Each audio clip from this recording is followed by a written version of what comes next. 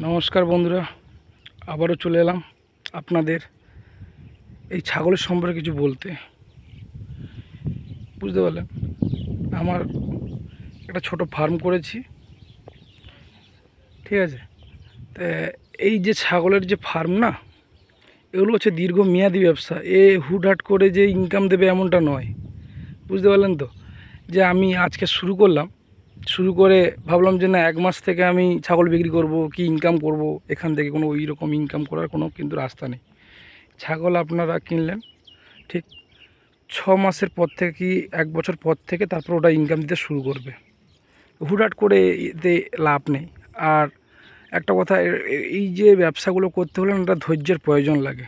ধৈর্য ছাড়া না এইসব ব্যবসা হয় না। যাদের ধৈর্য আছে আপনারা এই ছাগলের একটা ফার্ম করতে পারেন। ছাগলের ফার্মে ইনকাম আছে, ভালো ইনকাম আছে, যে ইনকাম নেই এমনটা নয়, ইনকাম আছে, কিন্তু একটা ধৈর্যের প্রয়োজন। যাদের ধৈর্য আছে তারা কিন্তু আসতে পারেন, আর যাদের ধৈর্য নেই তারা কিন্তু আসবেন না। আসলে কিন্তু আপনারা শখের বশে করলেন, আবার কিন্তু বন্ধ করে দিতে হবে, লস। ছাগলের হিসাবটা কি বলুন তো? ছাগল হচ্ছে বছরে 2বার বাচ্চা দেয়। এই যে বাচ্চা না, বাচ্চাগুলো মানে সময় লাগে, একটা বাচ্চাকে বড় হতে সময় লাগে। হ্যাঁ, একটা তার মধ্যে আপনারা যদি বলেন যে একটা ছাগল 2টো করে বাচ্চা দেয়, তার মধ্যে একটা খাসি একটা পাঁঠি, বা কোনো সময় 2টো খাসি হতে পারে বা 2টো পাঁঠি হতে পারে।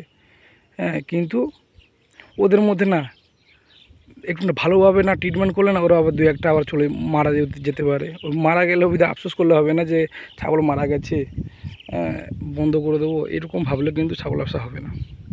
যে কোনো ব্যবসা করতে গেলে লাভ লস আছে, কিন্তু ধৈর্যের প্রয়োজন। ধৈর্য থাকলে আপনাদের ইনকাম আসবে, অটোমেটিক আসবে। আর এগুলো কী বলতো, বাড়িতে যারা বস্তি লোক যারা বসে থাকে তাদের ক্ষেত্রে ঠিক আছে। হ্যাঁ, নাহলে আপনারা যারা মানে কাজবাজ করেন, যারা বাইরে কাজ করেন, একটা বেতন পান 10,000 12,000 টাকা যারা বেতন পান, তারা কিন্তু এইসব জায়গায় এসে কিন্তু লস হয়ে যাবে। এসব জায়গায় আসলে কিন্তু লস হয়ে যাবে, যে আমি বাড়িতে বসে ছাগল চাষ করে মানে বাইরের থেকেও বেশি ইনকাম করব, ওটা ভাবলে কিন্তু ক্ষতি, ঠিক আছে। তারপরে ছাগলে বহুত রকম সমস্যা থাকে। সমস্যাগুলো কি বলুন তো?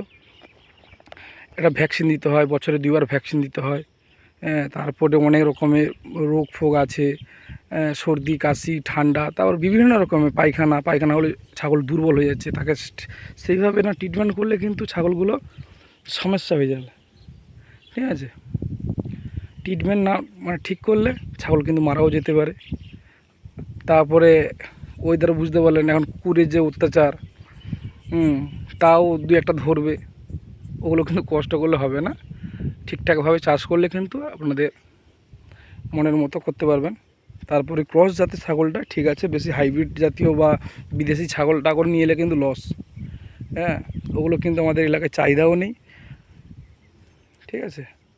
এবার আপনারা ভেবে চিনতে আসতে পারেন এইসব ছাগল চাষ বা গরু চাষ, যে কোনো চাষ, সব চাষে লাভ লস আছে। বুঝতে পারলেন তো? এই বলে আমি শেষ করলাম।